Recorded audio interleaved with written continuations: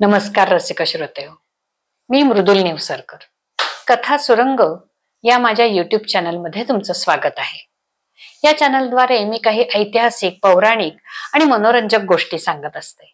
गोष्टी ऐकायला तर सगळ्यांनाच आवडतात, त्यामुळे तुम्ही माझा चॅनल सबस्क्राईब केला नसेल तर नक्की सबस्क्राईब करा आणि गोष्ट ऐकली, आवडली की लाईक करायला विसरू नका. चला तर आजची गोष्ट सुरू करूया. आपल्याला अनेक पुरुष क्रांतिकारक माहिती असतात. त्यांनी देशासाठी, धर्मासाठी, राष्ट्रासाठी जे हाल अपेष्टा सोसल्यात, कोणी फासावर चढलेत, कोणी रक्त सांडलंय.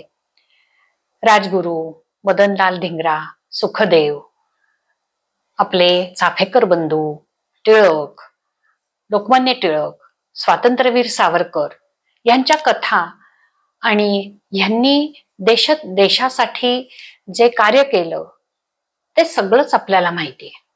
पण अशा काही स्त्रिया पण होत्या की ज्यांनी वेगवेगळ्या प्रकारे इंग्रजांना चांगलंच वेठीस धरलं होतं.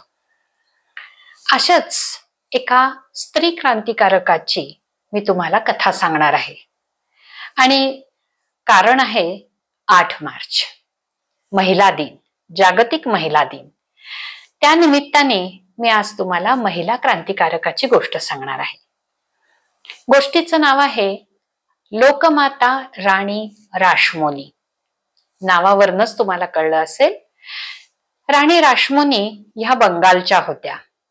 बंगालमध्येच एक कोना नावाचं खेड आहे. त्या खेड्यामध्ये 1793 साली या राणी रासमोनी यांचा जन्म झाला. वयाच्या 11व्या वर्षीच पूर्वीच्या काळानुसार त्यांचं लग्न झालं आणि त्या कलकत्त्याला आल्या. त्यांना 4 मुली झाल्या आणि त्यांचा नवरा गेला. पण त्या डगमगल्या नाहीत. नवरा हा मोठा जमीनदार होता, त्यामुळे त्यांची जमीनदारी, वतनदारी, पैसा अडका, शेती, पैशाचे व्यवहार हे सगळं राणी रासमोनी यांनी अतिशय उत्तम प्रकारे सांभाळलं आणि त्या सगळ्याचा ताबा घेऊन ते सगळे व्यवहार त्या छान प्रकारे पार पाडत होत्या. शेती आणि जमीनदारी ह्या कारणांमुळे अनेक गरीब कुटुंब ही त्यांच्या संपर्कामध्ये येत होती आणि म्हणून त्यांनी ह्या गरीब कुटुंबांना खूप प्रकारे मदत केलेली होती. त्या तशा दयाळू होत्या, प्रेमळ होत्या आणि त्यामुळे या गरीब कुटुंबांना त्यांनी अन्नधान्य, कपडा लत्ता, पैसा अडका, कर्जावर पैसे देणं, घरदार देणं अशी तर कार्य केलीच, पण त्याच्या जोडीलाच त्या समाजसेवा सुद्धा खूप करत असत. देवळाचे जीर्णोद्धार करणं, नवीन मंदिरं बांधणं, म्हणजे कलकत्त्यातलं जे प्रसिद्ध दक्षिणेश्वर काली मंदिर आहे ते मंदिर या राणी रासमोनींनीच बांधलेलं आहे. नदीवरती घाट बांधणं, अशा प्रकारे अनेक समाजसेवा त्या करत होत्या. शेतकऱ्यांना शेतामध्ये विहिरी बांधून देणं आणि त्यामुळेच त्यांना लोकमाता ही पदवी मिळाली होती. आपल्या ज्या शिवाजी महाराजांच्या जिजाऊ त्यांना जसं राजमाता म्हणत होते, तसंच या राणी रासमोनी यांना लोकमाता म्हणत होते. इंग्रजांना त्यांनी कसं वेठीस धरलं त्याची ही एक छानशी कथा. त्याचं असं झालं की आपल्याला माहितीये, बंगालमध्ये सगळ्याच बंगाली लोकांचं मुख्य अन्न म्हणजे भात आणि मासे. माशाची आमटी, माशाची भाजी ह्याच्याशिवाय त्यांचं पानच हालत नाही. हीच गोष्ट जेव्हा इंग्रजांच्या लक्षात आली त्यावेळेला त्यांनी मासेमारीवरतीच टॅक्स लावला. कलकत्त्यामधून सगळ्यात मोठी वाहणारी नदी म्हणजे हुगळी नदी. या हुगळी नदीमध्ये मासेमारी करण्यावर इंग्रजांनी टॅक्स लावला. सगळे मच्छीमार एकदम अवाकच झाले. नदी नैसर्गिक, त्यातले मासे नैसर्गिक, हे थोडीच इंग्रजांनी तयार केलेत मासे, का बरं ते ह्याच्यावर टॅक्स लावणार? पण त्यांच्या विरुद्ध बोलणार कोण? आपल्याकडे जसं आपल्याला माहिती आहे मिठावर टॅक्स लावला होता आणि मिठावरचा कर आपण रद्द करून घेतला होता, तशीच ही एक चळवळ. सगळे मच्छीमार जे होते ते अगदी हतबल झाले. मासेमारीवरती टॅक्स बसवल्यामुळे माशांचे भाव वाढले.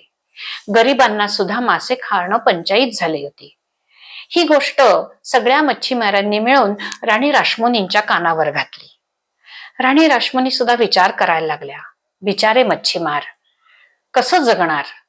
हे बंगाली लोक, ह्यांचं जर जेवणच मासे असेल आणि त्याच्यावरच जर टॅक्स बसला असेल तर हे लोक खाणार काय? पण इंग्रज या गोष्टीचा कधीच विचार करत नसत. कुठल्या गोष्टीकडून आपण भारतीयांना वेठीस धरू आणि त्यांच्याकडनं कशा प्रकारे पैसा काढू एवढाच ते विचार करत असत. राणी रासमणी विचारात पडली, कारण ईस्ट इंडिया कंपनी 1600 साली स्थापन झाली आणि 1800 सालापर्यंत तिची पाळंमुळं अगदी पूर्ण रुजली होती भारतामध्ये. व्यापाराच्या नावाखाली, व्यापाराचं संरक्षण आणि व्यापार ह्याच्या नावाखाली शेवटी इंग्रजांनी सत्ता स्थापन केली होती आणि त्यांच्या सरकारला तोंड देण्यासाठी राणी रासमणीकडे काही सैन्य नव्हतं. मग आता काय करायचं? इंग्रजांनी लादलेला हा कर आपण जर सरळ सरळ जाऊन सांगितलं की आम्ही हा कर भरणार नाही तर मग मोठंच आंदोलन होईल. काय करावं ह्या विचारात असतानाच राणी रासमणीला एक छान युक्ती सापडली. त्यांनी इंग्रजांना एक अर्ज लिहिला आणि त्याच्यात सांगितलं की हुगळी नदीतला काही भाग मला माझ्या कामासाठी भाड्याने हवा आहे. इंग्रज सरकार खुश झालं. वा, नदी नैसर्गिक, त्यातलाच काही भागाचं जर आपल्याला भाडं मिळणार असेल तर काय हरकत आहे, असं म्हणून त्यांनी राणी रासमणी बरोबर लगेच करार केला. राणी रासमणी इतकी हुशार होती की तिने हुगळी नदीमधला एकदम मोक्याचा वळणाचा भाग इंग्रज सरकारकडे भाड्याने मागितला. इंग्रज सरकारने लगेच तो दिला. तो दिल्यानंतर तिने पुढच्या अटी घालायला सुरुवात केली. हा जो भाग भाड्याने घेतला आहे तो केवढा भाग मला भाड्याने दिला आहे हे कळण्यासाठी मला नदीमध्ये साखळ्या टाकाव्या लागतील. असं म्हणल्यानंतर इंग्रज म्हणले ठीक आहे, बरोबर आहे, कोणता भाग तिच्या ताब्यात आहे हे कळण्यासाठी हद्द तर घालायला हवी, मग नदीमध्ये हद्द कशी घालणार? म्हणून मग ती म्हणाली मला साखळ्या टाकायला परवानगी हवी. इंग्रज सरकारने ती परवानगी दिली. परवानगी दिल्यावर राणी रासमणींनी जेवढा भाग हुगळी नदीचा भाड्याने घेतला होता त्याच्यामध्ये तिने नदीत साखळ्या टाकल्या आणि इंग्रज सरकारला कळवलं की ज्या भागाचं मी भाडं भरतीये त्या भागामध्ये मासेमारी जर केली तर त्याचा टॅक्स तुम्हाला मिळणार नाही. इंग्रज सरकारला तेही मान्य करावं लागलं, कारण आधीच तिने तो भाग भाड्याने घेतल्या म्हणल्यानंतर त्या भागाचा पुन्हा वेगळ्या कुठल्यासाठी तुम्ही वापर करणार असाल तर त्याचा टॅक्स द्या म्हणण्याचा काहीच अधिकार नव्हता इंग्रजांना. त्यामुळे इंग्रजांनी तेही मान्य केलं आणि एवढा मोठा जो भाग तिने भाड्याने घेतला होता त्याच्यामध्ये आपल्या सगळ्या कलकत्त्यातल्या मच्छीमारांना तिने मोफत मासेमारी करायला परवानगी दिली.